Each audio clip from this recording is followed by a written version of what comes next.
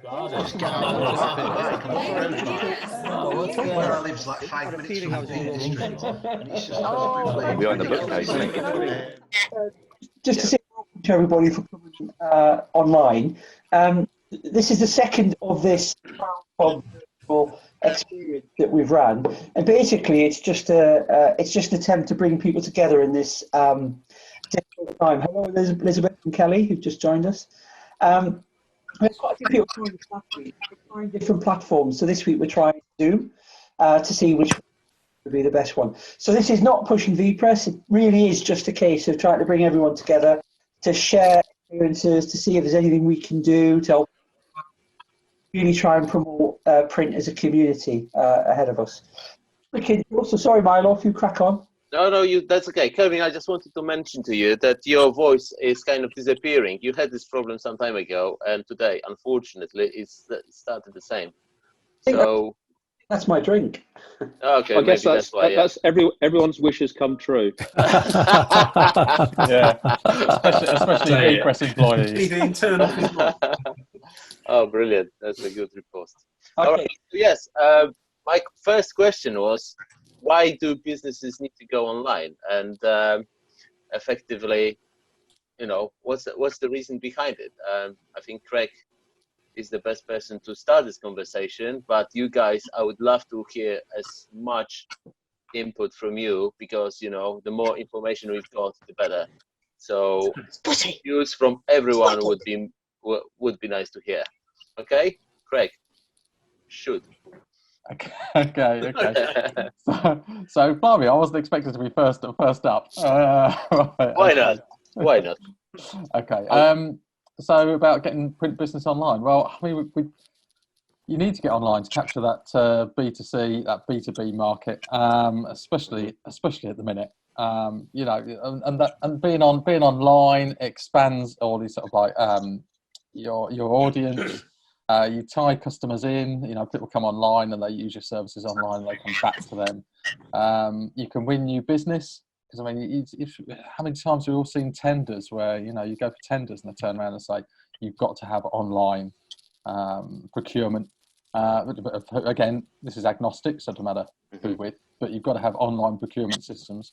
And then at least if you have something online, I mean, I know there's been plenty of times that people have said, oh, do you have an online presence? Oh, you don't. Oh, can I go to your website and order it? Or can I track my job through here? Or can I do this? Can I do that? And for those that are used to it, if they look at you and they talk to a different supplier and they just say, oh. Mm-hmm. So do you think it's only the new markets that people need to reach that way? I don't know. Maybe someone else could answer that. Maybe Kelvin. Is it just new markets, or someone or something else? I think the thing is, you've got to play to your strengths.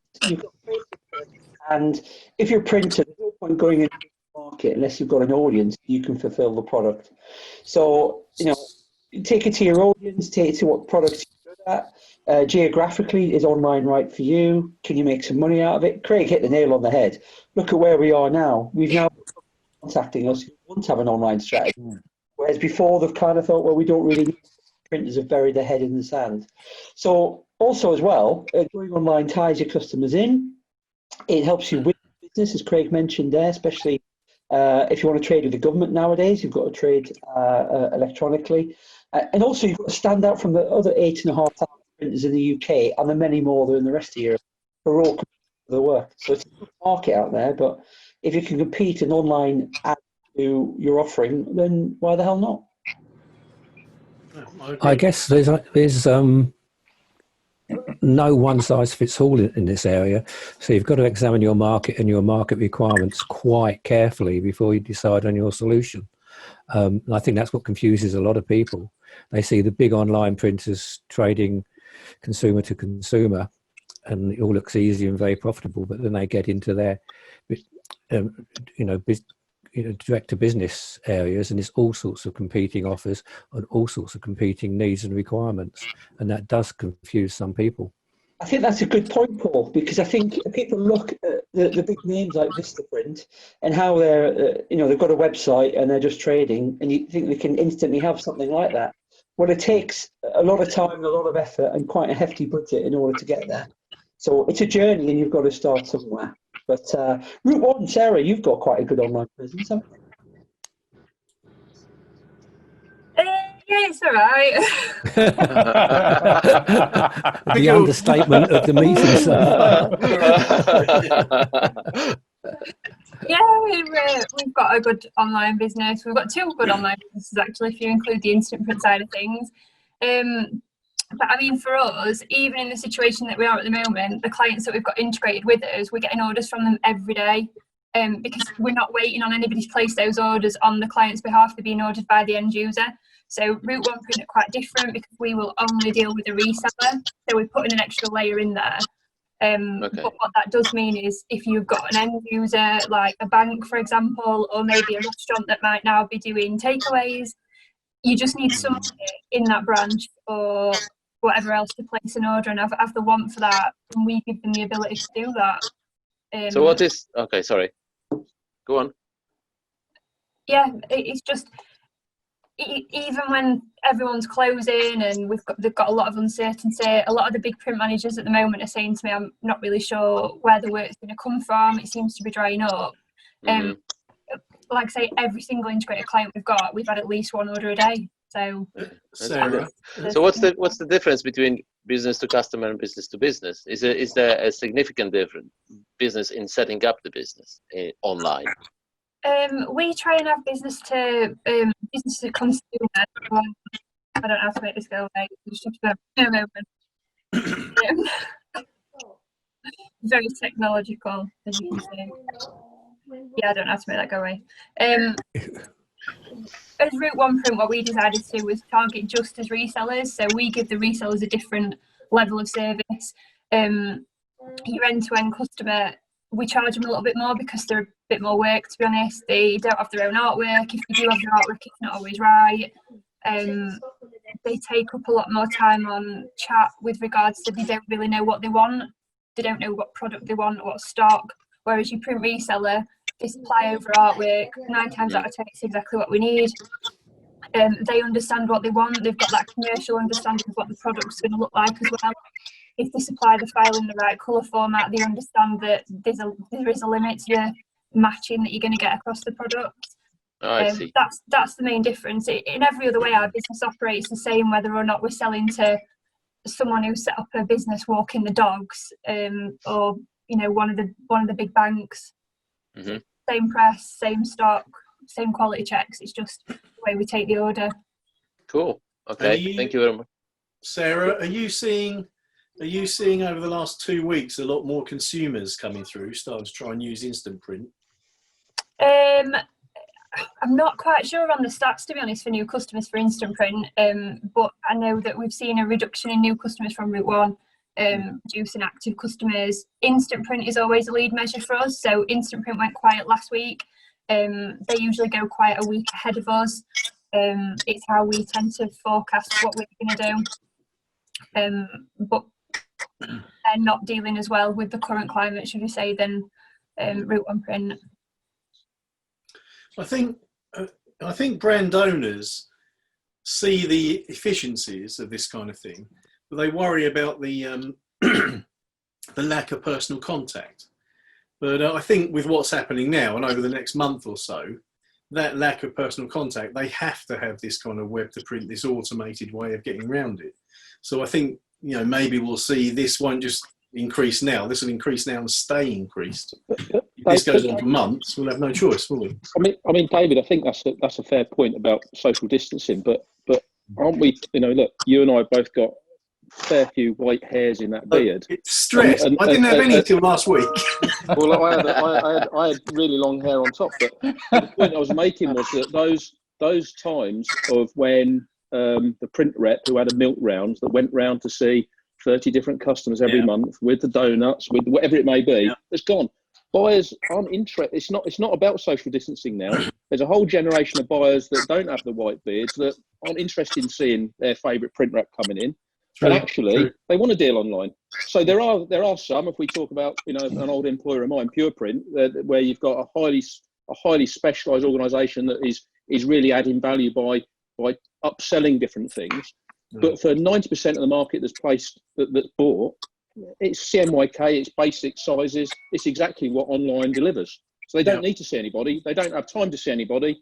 And it's a different world where we can't take them all down the pub and get them pissed every Friday afternoon. Yeah, no, I get that. But not everyone's got a business card or a menu or a 4PP brochure. Some people are going to have more complex jobs now that maybe need a bit more discussion. Yeah, of course. But I think actually, I mean, and that's a very good point. That's where there's always going to be that element of pure print type commercial printers that will do that bespoke work. Yeah, I agree with. The reality is, when you get into a conversation with somebody and say, you know what, how important, what's the ROI of having that extra little bit? And actually, there generally isn't an ROI to support it. No, not a lot. Yeah. But I agree to a certain extent, David, that there are customers out there who think they know what they want, but they don't really. So they go to a web to print site, they see a 16-page saddle stitched 4-color brochure, and they think, oh, that's probably what I need. Whereas if they had a decently qualified print rep who could talk through with them what are they trying to achieve, they could upsell from a £250 order to a £2,000 order with the right kind of tactics. And while web to print is great for people who know what they want, it's not very good for people who aren't really sure what their requirements are. And that's that is a bit what concerns me, because if you know what you want and it's a basic job, then this is the efficient way to deal with it. Yeah.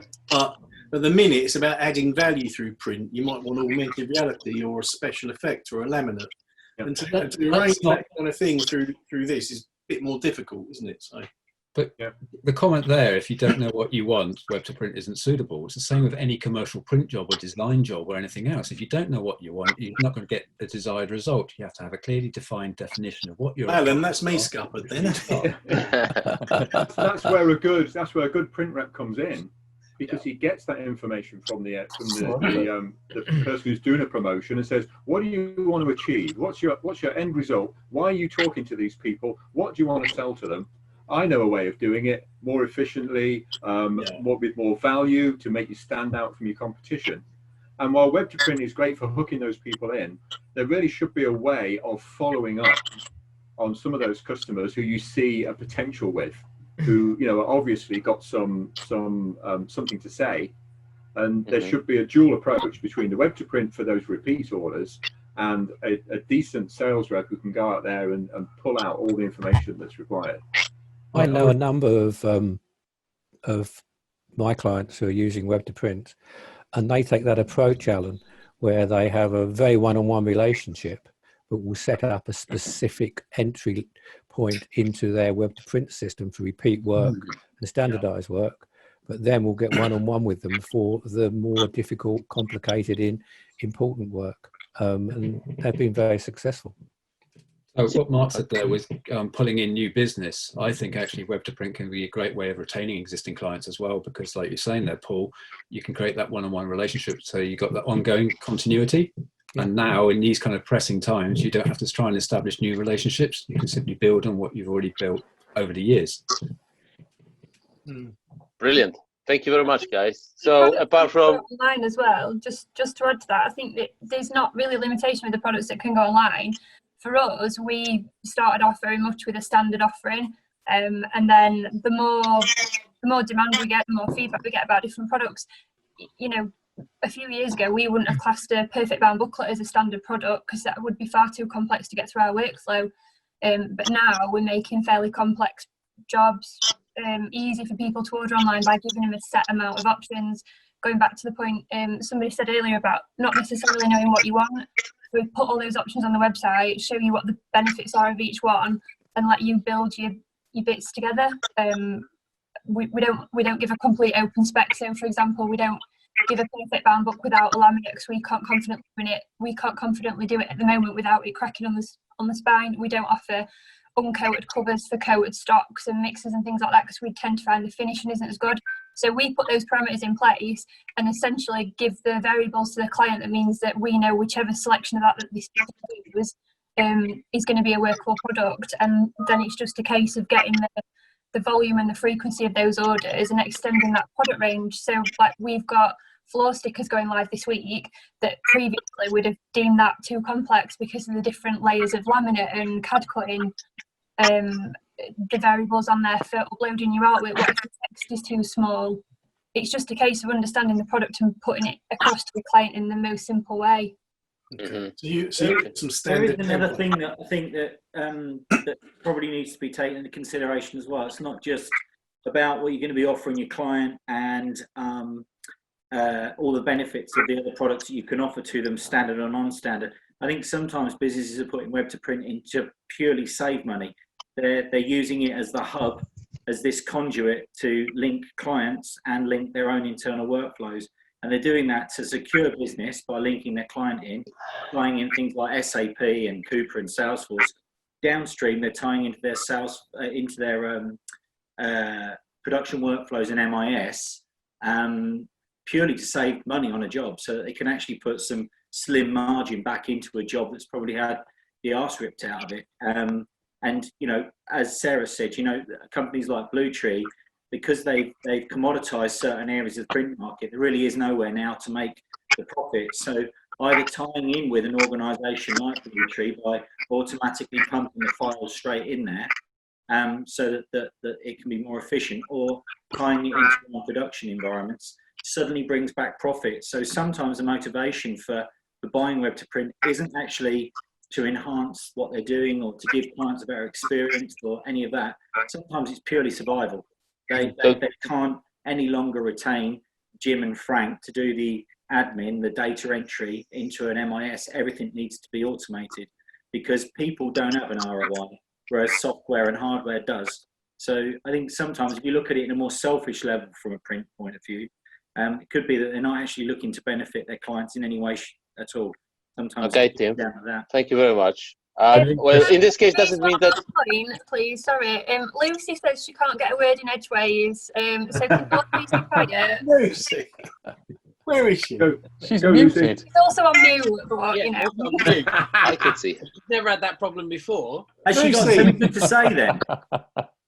Okay. I'm just getting Hold on, Sarah to say it where is instead. Oh, you're here. Yeah, I think I muted you. So does it mean that apart from Route 1 Print, is there anyone else who does it well, or is the market already saturated? I don't know. Again, I think Looking it at the depends. list, would it be Craig maybe or someone else? Hello, I think it depends on the market again. I've got some very specialized printers in the financial area, and you wouldn't look at them and think they are web to print, but they've set up each of their huge financial institutions who have very standardized products where even they don't realize they're going into what you might call a web to print solution, because they are just uploading their files into an automatic system which creates job bags, goes automatically into the right workflow, is colour managed, is imposed, and goes onto the digital presses without touching the sides. Hello, there's some music coming on from somebody. It's gone now. There's a lot of noise coming from somewhere. Yeah. So their clients think it's a very personal service because it's all skinned with that particular client's name, but then it's going into a sort of very automated web print system with a switch workflow behind it, automatically connecting to preset templates and formulas within an MIS system, and that they're doing hugely complicated financial personalized work using what is a web to print system, but in a very, very customized way. I see. Okay. So, anyone else? Okay. Your question was there that saying about. Did you say about being oversaturated? Yes. Do you know what? I did ask that. Yeah, I don't think it is. I mean, I know you've got Solo Press, you've got Precision, you've got Sarah's Gang, you've got the Vistaprint, you've got Big Sam, you've got all that lot that do everything and do it well. But I really don't think that it's oversaturated. And my reason for thinking that is that I've made that mistake before. Obviously, I work in the development department at BPress. And I think about how when I've thought about that before, I thought like HP had a domination, and then Dell came in, they just made it their own. And then there's eBuyer, and then social media. Everyone says Facebook's the big thing, and then it's Instagram and everything. And these things sort of like move on. And I remember funnily enough, I ended up working with Sarah's Gang many, many years ago when Brian Shirley was there. starting that automation from back then. So I think people can, people can get in there. You might think it's oversaturated. Being a bit more specific of what they do, something that's more specialist. I mean, I think actually that the big challenge for the marketplace is that, and this isn't good for people like Mark selling that amazing jet press and the equipment manufacturers, is that when I started my print sales career, if you didn't have a Heidelberg Speedmaster on your plant list, no one would speak to you. The marketplace now, other than the top 5%, 2% of jobs, really doesn't care how it's printed, where it's printed. Yeah. Absolutely. And is it hard we're kidding to ourselves as printers if we think that actually the people aren't interested in print manufacturing now. The print reseller is important. So in terms of that saturation, I think you're quite right, Craig, that will continue to grow. But I think we'll see a proliferation of print resellers and we'll see a reduction in print actual manufacturers. That's what I think will happen. I'm already seeing that. So people want the convenience of online, but they want relationships with people. So I think you'll see a proliferation of smaller and smaller localized print resellers, and fewer, unfortunately, print manufacturers. Yeah. So how hard is it to go online? It's not as hard from what it seems. No, many larger printers have developed their own systems, and they've done it that way. And some smaller ones have found good developers and just written their own software to do it. So is it only it's a matter of building the website? And the question is it to build the website or to buy the website? Just to compliment, Milo, just to compliment what Paul said, a lot of large printers have built their own software, but a lot of it's based on proprietary technology. You could use someone like, there's a couple of companies here, us included, who offer that kind of thing. But when you look at what a lot of the people have done in the market, a lot of printers, it's based on something else. So because it looked like they've got a shiny solution, chances are when you look underneath it, there's something else that's there. So it's. But again, this isn't necessarily music to the ears of VPress. But the reality is there's a proliferation of solutions out there. The actual real challenge for these print resellers is how you get people to that website. So it's actually about it's marketing and getting them there. Now that might be traditional sales teams saying you need to go to my website to order, but it may be other means. So you got the likes of Bluetree, Simpress, spending zillions of pounds a year on Google AdWords and SEO and all the rest of it. That's where that's the new rep cost. So instead of this cost of sales being 20 salespeople driving around in Vauxhall Vectras, it's actually going to be with Google and search engines. I think Kelly's right, and I think it sounds a bit morbid, but in the current situation, I bet you what we see is it's not about saturation.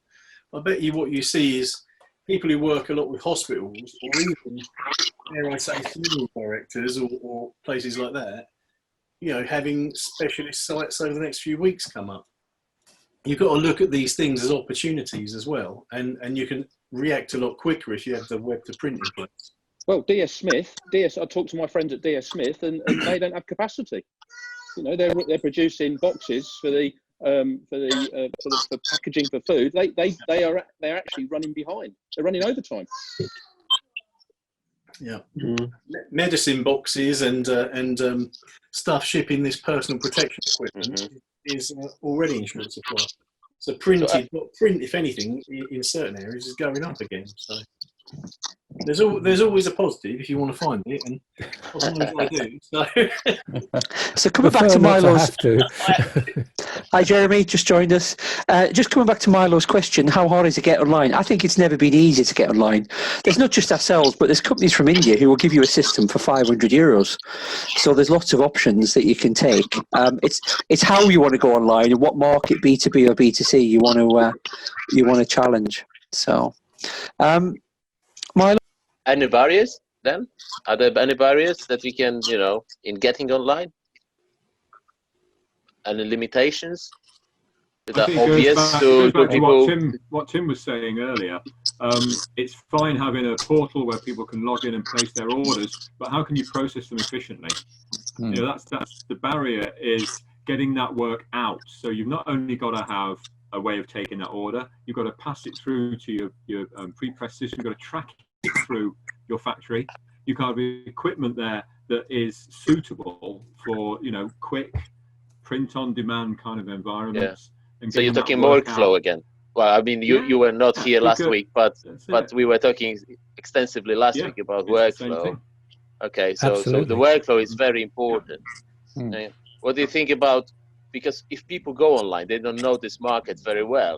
They have to learn how to operate within it. So is it easy to accommodate the entire new spectrum of new, I don't know, the new presence effectively? Because you have to consider online being, you know, being good in marketing, doing the marketing from how I see it.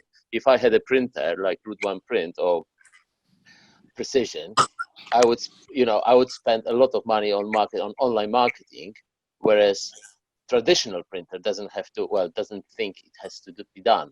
So are there any other barriers of pitfalls that can I think the big from my, sorry if I'm seems to be talking like, one of the things that I found working in the Simpress environment was that people thought for 50 quid a month they spend £50 to get a white label website, and within a week they're going to be competing with Hello Print and Vistaprint. And that's the mistake, that there's this naivety around, well, I've got a website, so where are the orders? And that's the naivety, that they don't put together the fact they've got to actually market, whether it's traditional, whether it's SEO, in order to get that business. That's where the challenge and the opportunity exists. Yeah, and I'd agree with you on that, because there's been somebody said it early on in the day about build it and they will come and all that sort of thing. I'm thinking, no, you don't just build a site, put it up there and go, oh, wait for my orders to come in. No, it doesn't work like that. You've got to have that market. I mean, people have mentioned it earlier. You've got to have that marketing effort behind that site to get it out there, get it noticed. You mentioned about Google AdWords and all that sort of thing. It's got to be done. But do you think that you have to have a special type of product? Because my guess is the leaflets won't be ordered from your site if you set up a new business now, because they most of the time go to the established printers in online business. Does it mean that you have to have a new product, or can you cope with the current competition and be successful? I think there's a knowledge, knowing your client a piece of work that you do at the beginning. So when you know your client, and the gentleman mentioned earlier on about standardization, harmonization and things, I think that if people see a value in driving that volume, then they're going to come back to use the technology. But I think it comes from, you know, I've worked with clients like Coco and Heineken and we've done a lot of work on harmonization, but it comes sort of a bit of a buzzword, but actually you need to then channel it into a technology or an enabler, which I would certainly see someone like VPress or another very similar technology kind of, it's that enabler to driving people forward. So there is an education, knowing the client's products. And I think that comes down to knowing your clients, then having a champion internally to push it out and drive it forward. Because as the gentleman was saying, you know, no one's just going to go on it and sort of typically just log on and find it an order, not necessarily. But anyway, that's my experience. No, you're probably so if it's niche, but that's down to your marketing. Yes. Yeah, it's the shortest answer. I can see that. Okay, so where to get the help from for the guy for the printer somewhere in, I don't know where, somewhere in the middle of UK who wants to go online? Where to get help from? Is there easiest way to do it, or do they have to? Each of them has to find their own way. Well, look at what we're doing now. I mean, you know, we're online, we're trying to help people, we're talking to people in the middle of a crisis here. There's the internet, there's finding out people, there's at least 2-3 web-to-print providers here now. And web-to-print is just one aspect of getting a business online. So there's plenty of help out there. Luckily, we're in quite a sociable industry as well, so people will talk to each other over a beer. And you know, there's plenty of people to ask questions and to start engage with. So I think there's people out there willing to help other people. I mean, personally, I'm very involved with the IPIA as well. There's plenty of help there. There's 2 council members, including myself, Lucy. 3, because Sarah is also a council member who are involved here. But there's also people like the BPI, I'm sure they know something about it as well. I'm not sure. Kelly. You know, so there's plenty of help out there from people, and people will help other people. Craig? Sorry, Kel, just sorry, I was having my own moment, a bit like Andrew Tate was having earlier on when his lad was stood right behind him. But, yeah, so Working from home. Can I just say, we were on a call the other week, and I was on mute, and I wasn't concentrating on the call, and I was on mute, and I came on, and the first thing I said that the guys could hear was, "I can't turn myself on." I was just trying to multitask, which is obviously clearly something that I cannot do. Sorry, Craig, go on. Go on, Kel, fire that at me again. Just cover up the mirror, Kelvin. That's the first step. So what we're saying is where you can get help from. So there's people you can ask, there's people you know, there's people you work with, there's people that there's governing bodies like the IPIA. Just put that another plug in there. You know, where can you get help from? There's, you know, people deal with people, don't they? Exactly. And loads of people have mentioned so many good things, especially about actually knowing your customers and what your customers want. So it's, I think it's just a mix of everything. You know, knowing the technology, knowing what you can deliver, knowing what your customers want, getting help from all those industry bodies that you just said there. People that we know, I mean, if I can help anybody out, I will do, you know, for whatever reason. And a lot of people are like that, will give that assistance to anybody. Okay, to sum up, so we have to have in business to customer, I guess, you have to have the SEO knowledge, website that works perfectly, good design and good marketing.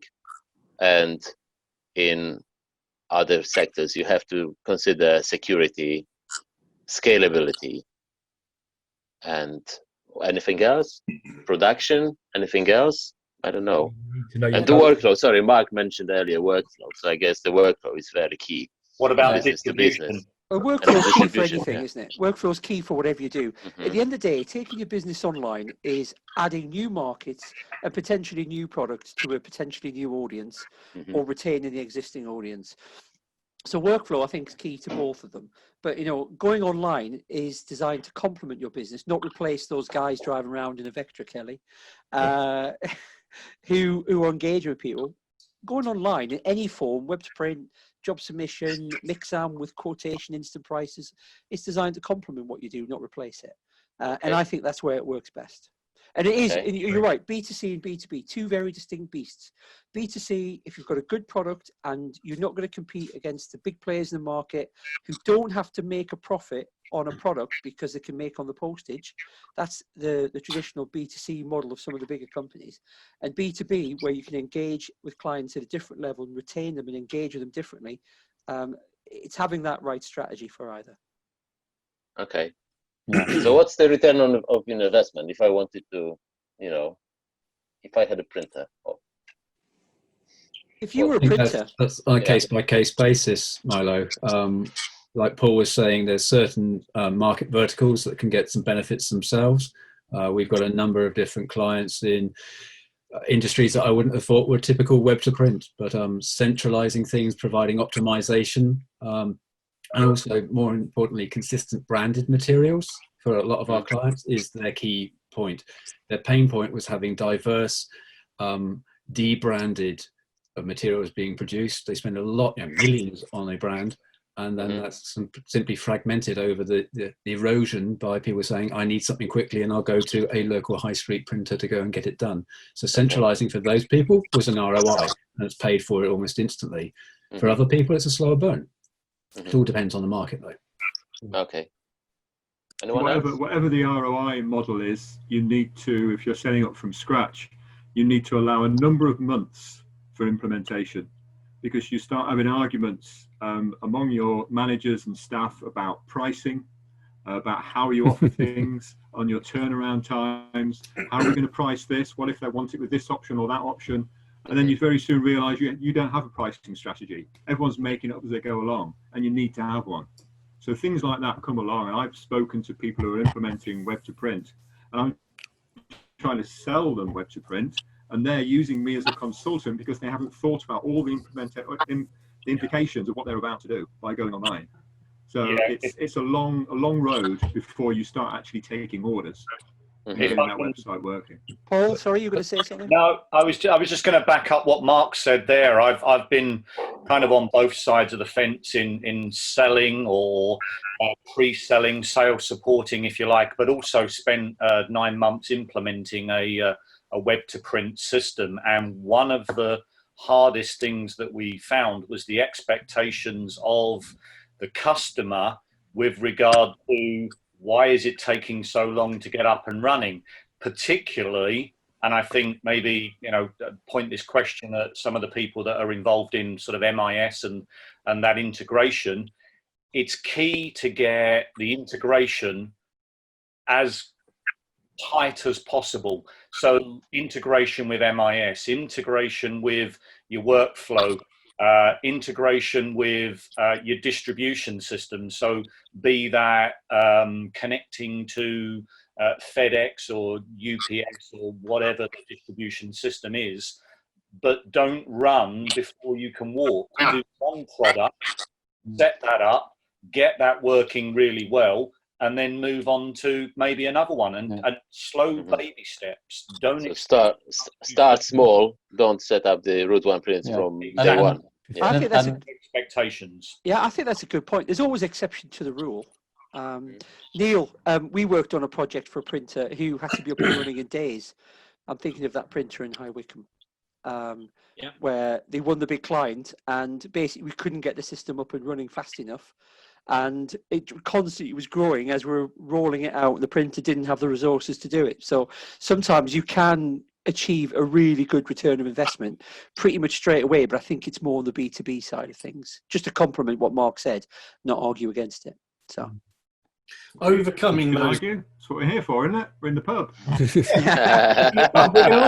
Bloke told me it would be interesting overcoming them barriers and using it as an opportunity. It'd be interesting to hear from Lucy, because she works with all the different sort of brand owners and takes their stuff to market.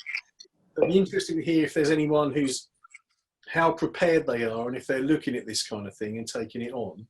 But if you've got anyone you're working with at the minute, Lucy, who's looking at this sort of web to print stuff. And do you have a glass of wine there, Lucy, as well? Do you think?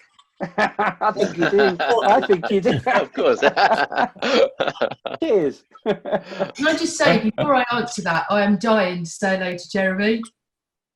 All right. Hi, Lucy. Spencer. Hi, Jeremy. How are you? I'm fine. How are you? Sorry, we worked here 20 years ago. Oh. Jeremy, can you tell us where you're working? I don't know who knows Jeremy, but you always used to have something interesting to say. So, and then I'll answer your question, David. Jeremy has to answer now. Go on, Jeremy. So I'm Jeremy Spencer. I'm VP of Business Development for Graphics, which is a technology company providing engines, RIP screening and PDF engines to workflow vendors. Nice to meet you, Jeremy. To work with Lucy at Grove. Welcome to our pub. Yeah. Thank you. It's your round.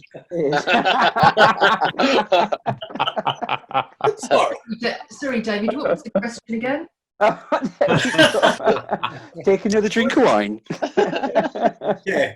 Share your wine. No, I'm limiting brand myself. owners you work with. I'm limiting myself so I don't talk crap. Was it one bottle?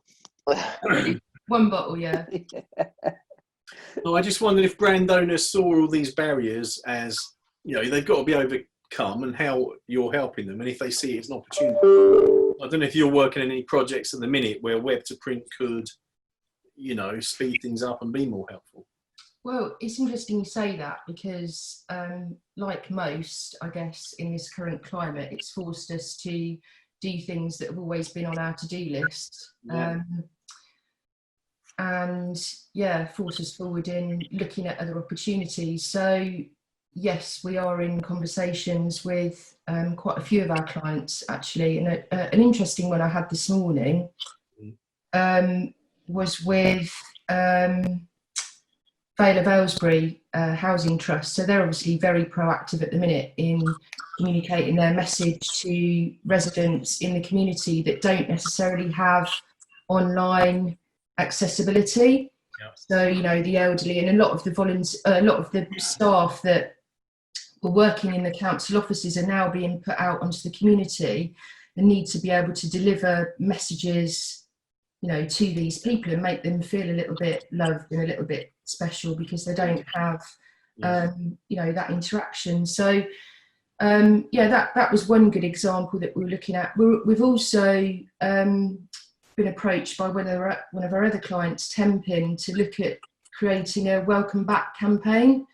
Who knows when that'll be, obviously, but they're asking us to prepare for that. And they've got 49 sites within their estate, and we'll be looking at using web to print to deploy, you know, whatever it is that the sites need in terms of, you know, floor graphics if they're still having to practice social distancing, to you know, posters outside the site, little cards that they need to hand out. What else? So not just the direct mail or the door drops, but posters, graphics, everything. Yeah, well, that's the way I see it. Yeah, so we'll interpret, you know, what they need and then try and sort of automate that for them, and then, you know, plug into the likes of Sarah at Route One. Yeah, interesting. It's you never know. I mean, it's heightened by the situation at the minute, but you never know how far in advance the brands are thinking. And I think, you know, if there's 3 or 4, if you've got some brand owners, some print customers who are asking for this service, obviously that gives the printer the onus to bring it in a lot quicker. And a lot of these decisions about, oh, can I run it? What about the costs? Well, that's negated by the fact he could get some new customers. Exactly. So it's a very practical concern. You know, it's a real world concern, isn't it? If this is happening now, how quickly is it going to have a knock-on effect? So I think we're going to see a lot more of it. So yeah, I think it's down to us collectively as an industry to. I know it's the age-old, you know, cliche, but we do need to listen to what's going on and keep that dialogue open so we can create something accordingly.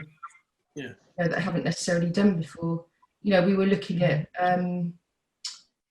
this morning. I mean, they won't necessarily use that for web to print, but in terms of Costa, you know, what they can do to, whilst their stores are shut, they're doing again a lot of community activity.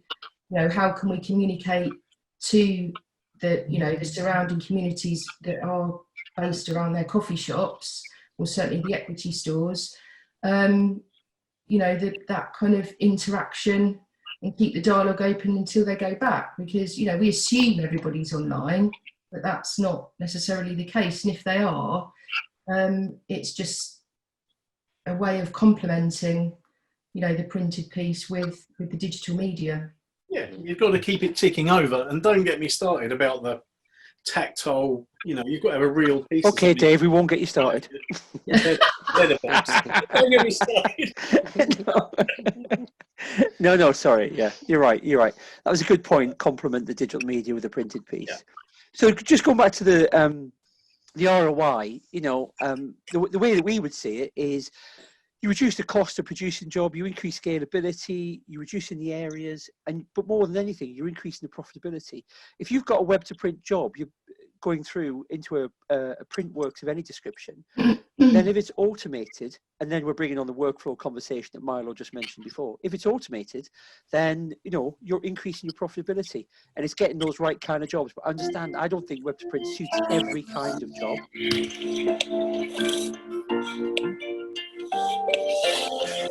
Hello, Gareth. Having an That'd be Gareth.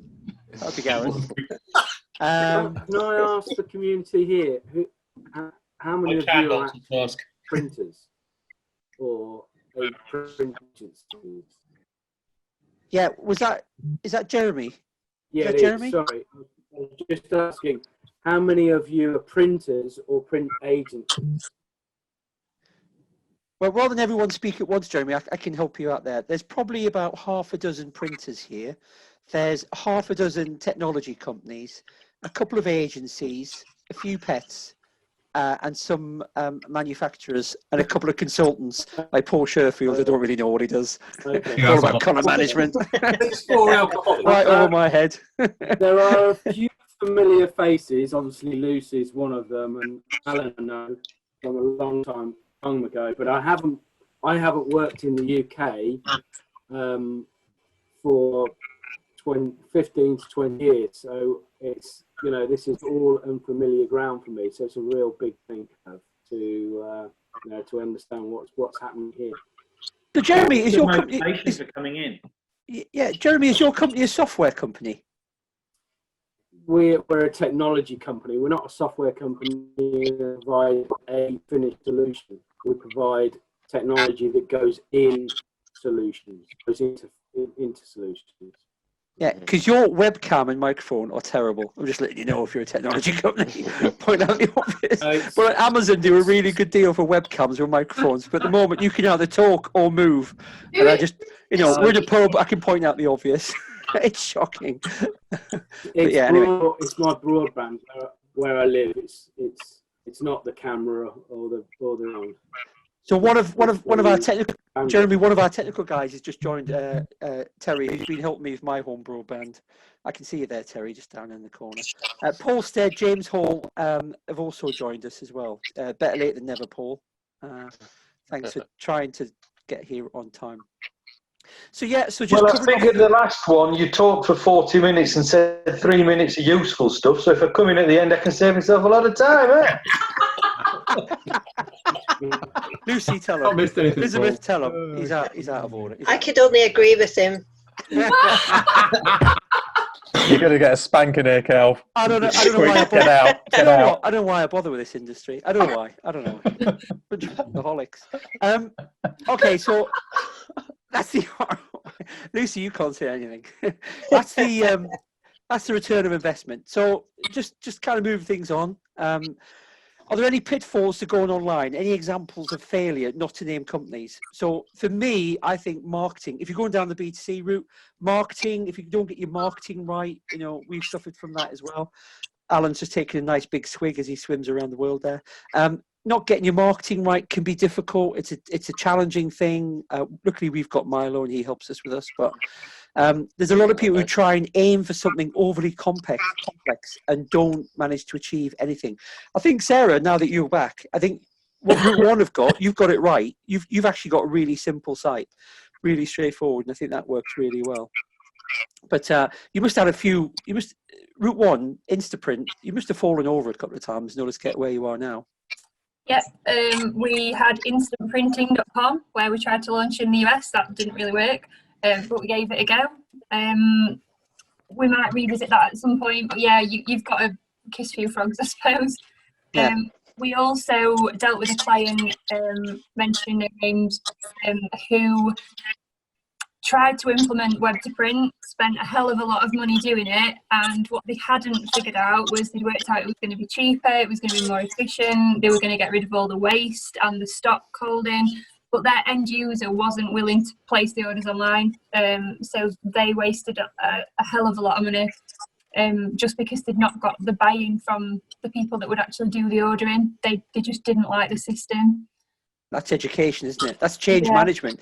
That's actually where, in some cases, you go into printers and you try and implement a system, but the staff are resistant because they haven't been educated and they feel as though they're going to lose their jobs. They're going to, you start going online, it's going to affect us. And especially creative people get really protective inside of printers, the studio, when they see a web to print system being implemented. So, yeah, I've had that before where I've spoken to someone at events and didn't know who they were, introduced yourself, and then suddenly that pleasant communication with them, and then as soon as I find out who you are, and then that person was a sales rep, and they did not like me at all. I can't understand why, but their whole demeanour. But they shouldn't. They've got to have buy-in as well. The whole company's got to have buy-in to an Was that before you came into the print industry? It was about last week. Just going back to the whole marketing aspect of it, Sarah, if you're concentrating. Of course. Can you just talk us through how you got to where you were and, the marketing strategy that you deployed in brief? What worked for you and what didn't? Route One started as a eBay store. Instant Print was the original brand that was launched by Adam and James, our directors, in 2010. And they were just finished uni, and when they were at uni, they were doing nightclubs, like promo nights for nightclubs. So they were printing their own flyers. And then the friends were saying, "Oh, can you print me some flyers?" And then they got a couple of orders for letterheads, which they were literally ironing dry because they were curling as they were coming off their desktop printers. So they realised that there was the opportunity in the market for really quick turnaround print. They tried to make that work for everybody, and very quickly realised that we needed a separate offering for the trade, because trade wanted better prices.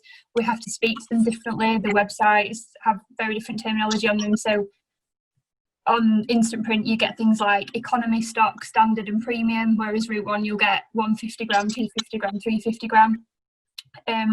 Route 1, like I say, started off as an eBay store, and quite quickly we realised we needed a website. We're not on eBay at all now, but interestingly, we've started looking at going back onto Amazon and eBay, just given the current climate, see if people are buying differently. Route 1 don't do any, we don't really do any Google because SEO, PPC, anything like that, purely because we are targeting to the trade. So we sell ourselves as we are your supplier, not your competitor. We won't take your customers, essentially. So we don't bid on any flyer terms, posters, anything like that. And then Instant Print do bid on all those terms, which is why the pricing on the website is a lot higher, because their marketing costs are so much higher. So I suppose really it depends on the market that you're looking for. For us, we found it a lot better to split the market and have a completely different offering depending on who we were targeting. And I have to say, the stuff that we receive as a business is invaluable in terms of the packs and the different finishes that we can then just, you know, they're kind of white labeled that we can then offer on to our clients. They're really good. Yeah, we get a lot of feedback about the sample packs being white labelled and the fact that we white label deliver as well. We put loads and loads of blogs on, so at the moment, even though we're not really seeing the revenue in, we've just got the creative team, aside from doing product launch, just putting loads of blogs out there. So what sort of things can you buy at the moment? What sort of things will your clients be looking to buy? Because again, we're always looking at resellers. Some product templates for things. I think we're looking at putting some links to anything really that we found online, like remote working tips. It's just about keeping the customers as engaged as possible. We're at a point with a lot of our clients now where they place a lot of work with us. They know they can't place everything with us, but they'll still give us that call and say, "Oh, I'm looking at placing this. Is there anything you can do? Would you consider ordering this stock in for this job?" And not something we tend to do, but like I say, going back to that point about putting your sales reps out there and adding your value to your client, not everything's going to go through a web to print model. So there has got to be some flexibility there. Mm-hmm. And yeah, it generally is with the bigger spenders or the more frequent customers. But it's not to say that we'd offer something one week and then not the next. You know, if we get enough demand for something, it might be that we take a few manual orders and then decide to put it on the site, which is what we're doing with floor stickers at the minute. Okay, so yeah, that I think it's quite good indication of what we have to consider. But do you think, guys, that there is anything else that we should consider before, you know, wrapping it up? Is there anything, you know, things Just that... something to say about marketing, Milo, as you're a marketeer. I think people get the false impression that marketing is advertising and being creative, and it's not. It's about 20% that. The rest of it is knowing your market and finding out about your market. And this is where Route 1 do really well. They know what their market is. They ask their market what they want. They talk to them. They do research. And this is what a good marketing strategy has. It knows who the customer is. It knows what they want to buy. It knows what your unique proposition is going to be. And it's not about necessarily posting communication on only LinkedIn and communications. Yeah, it's about finding out who's in your market. Can you sell enough to them? Is your market big enough to support the operation that you've got? So a good marketing person spends more time collecting data, researching and analysis, and rather than just doing the On the flip side, Elizabeth, your company doesn't do much marketing when compared to Sarah's company. You don't do much at all, do you? It's kind of a hidden company. I'd never heard of your company till I rocked up there and found this massive factory in the middle of nowhere with loads of security. It's not about marketing for you, is it? It's the complete other end of the scale. No, and that is one of the things that I was going to say. I mean, so I did wake up then when you said my name. Apologies, everyone. Just sitting here having a little daydream. With a wee dram. Well, maybe. But yeah, so I mean, for us, with the clients that we do, so we print two types of product: examination materials and certificates, and election materials. Both have obviously taken a bit of a hit this year with current circumstances, etc. But moving on, one of the things for us, well, actually, there's two main things for us. One, our clients need to know about the security, big thing, and the other one is because a lot of our clients are international. On the examination side, is actually anonymity. They don't want people to know who's producing the product. So you have the added frustration, if you like, from a sales perspective, in the fact that you cannot tell people who you are producing for. So you have no point of reference. You know, I could tell you that we printed 3.6 billion A4 pages last year. Can't tell you who we printed them for. I could tell you that we shipped to 160 countries last year. Can't tell you which ones. So there is a lot of that type of thing that comes into play, which from our perspective, certainly with the overseas clients, makes an online solution very difficult to offer because they don't trust their own systems, let alone actually being able to trust one that we set up on their behalf.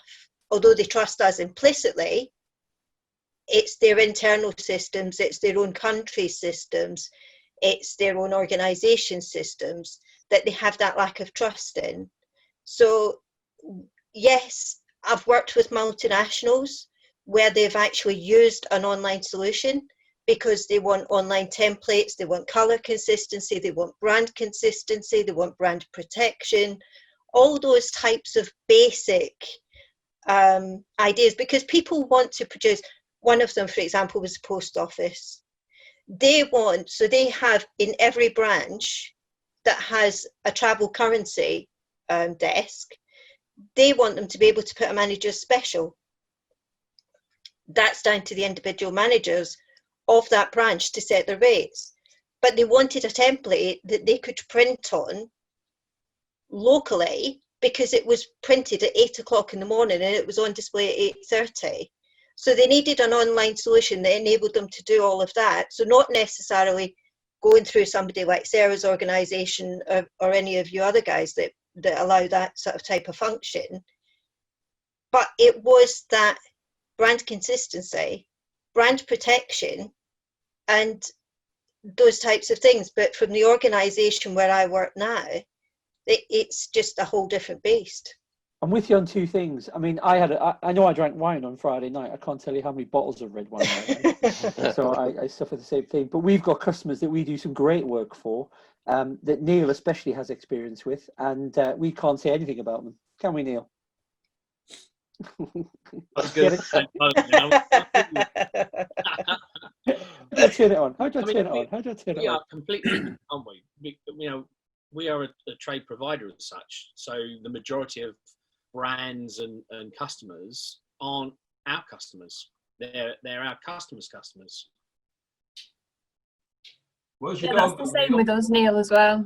We can't really shout about it. If we get a really good contract through one of our clients, we can't really tell anyone because it's not our client. Yeah. It's more annoying for us when we go to a trade show and someone else is saying about them printing for one of our customers and we know it was our system that was there. That's really annoying. That gets right on my nerves, I tell you. Yeah, but I had that with CDS, didn't I? Because they use your system for actually sort of as the storefront. Did they? They did at one point. Did they? I don't know. Going back many Not years. say anything. Many years. That's why I've got so many grey hairs. It was dealing with you guys many years ago that caused them, and my hairdressing bills just getting more expensive as we go. And you do work for the post office. You don't want anyone to know about that either. No, that's previous history. I know, That's I know, previous history. I know. Okay, so sorry, go on. One final thing that I would kind of just put into the mix as well is make it as easy to use as an intuitive as possible, because if you make it difficult, people won't use it. Yeah. Yeah, I think, to be honest, I think that's one of the most important things as well. Make it intuitive and straightforward. Can I just point out, we haven't heard much about Andrew, although he's had a nice little dog sitting on his lap because his microphone doesn't work. Anyway, hear me? No, can't hear you. What do I do? I don't know what you do. We can't hear you. I thought I saw a semi-naked person in the background as well, Andrew. I don't know who that was. We go back. Can't explain, you see. Okay, mate, your microphone is now working. It's not working. It's now. I can hear you now. Yes. Turn it off then. Yeah. I was asking Neil where his dog's gone. Yeah, it was a cat. The cat. It was a rat. Oh God, did I start something last week with my dog sitting on my lap? Yeah. Bring dogs into this bar, can you? I'm sorry about that, guys. Andrew, how much money did you make back in Bolton to stay up this season, now that they've suspended the Football League? I think there's worse to come out of that, Steve. I hope you kept the receipt for the shirt you bought. No, I got Jay the full strip, and he's not forgiven me yet. Anyway, long year. So as a quick summary, so going online isn't just about web to print. Web to print's a key factor. It's quite an important factor, but it's not the only factor. Job submission, getting estimates online as well are key. There's help out there if people want it. There's lots of different aspects of going online. We will certainly help anyone. You don't have. We're doing a free online strategy check at the moment to try and help people. The whole point of having this pub, of getting together and communicating with you guys twice a week, there's another one on Thursday, by the way, is not only to drink more and have make it legit, but also to engage with people, see if there's something we can do. Let's be honest, we're not going to make money at the moment. I think all of us are going to struggle making money in this current market.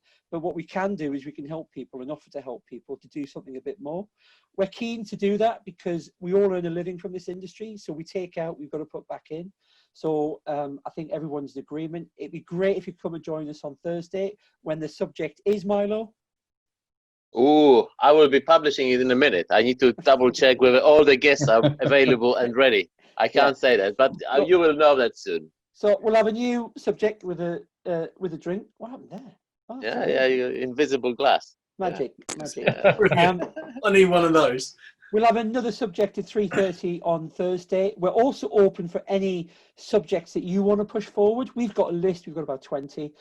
Let's hope the current situation doesn't go on that long as soon as the warm sunshine comes up. But if there's anything that you want to do, if you want to have a discussion and get some kind of feedback, then feed it through to Milo. He definitely is the man to sort of engage with on that.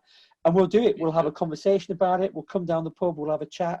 We're going to record this so you can see it. We've got a community page set up on LinkedIn.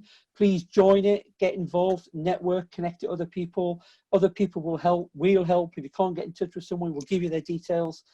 If there's anything we can do, we really, really want to help anybody. So I hope you all come and join us again. 3:30 on Thursday on a subject that Milo hasn't made up yet. And once again, it's been a pleasure. It's great to see so many people get involved, and we're open to ideas. I hope you've enjoyed it. Can I ask something before you go? No. Go on, Paulstead. Go on. I came in late, so I'm looking at Gareth Ward. That's one hell of a to-do list you got on the wall behind you. That's from Debbie. You got to be ticking some of them off. You got plenty of time, man. You know. No, that's the theory of the universe, the time and everything, and it's all those. You've seen those films where they've got all the how to land the Apollo moon landings and all that type of stuff. That's all my calculations for how to get a magazine to bed.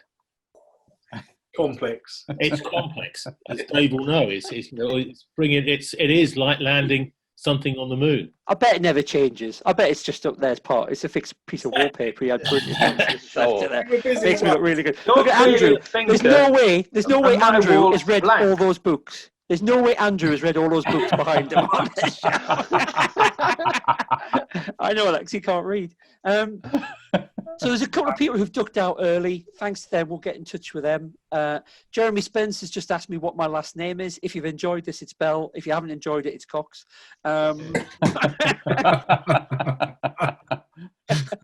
Away we go. But listen, thanks very much. I hope you can come and join us next Thursday, if not the following Tuesday, when we can try and entertain you for a little bit at this very strange time of our lives. Thank you very, very much. All right? Thank you, Lee. Thanks for putting it on. Thank you very much, guys. Bye. Cheers. Bye. Bye, everyone. Bye.